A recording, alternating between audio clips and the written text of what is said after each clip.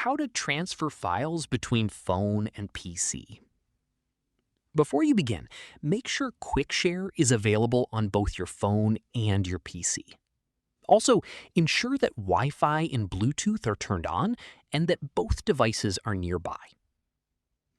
First, on your Android phone, open the Gallery or Files app and select the file you want to transfer.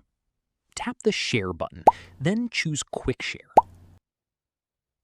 Your phone will start searching for nearby devices. When your Windows PC appears in the list, tap its name to begin the transfer. To send files from your PC to your phone, simply open QuickShare on your computer, drag and drop the files into the QuickShare window, select your phone, and then accept the transfer on your Android device. That's it. You've successfully transferred files between your phone and PC using QuickShare. If this tutorial helped, don't forget to like this video and subscribe for more Android tips, Windows tutorials, and easy tech guides.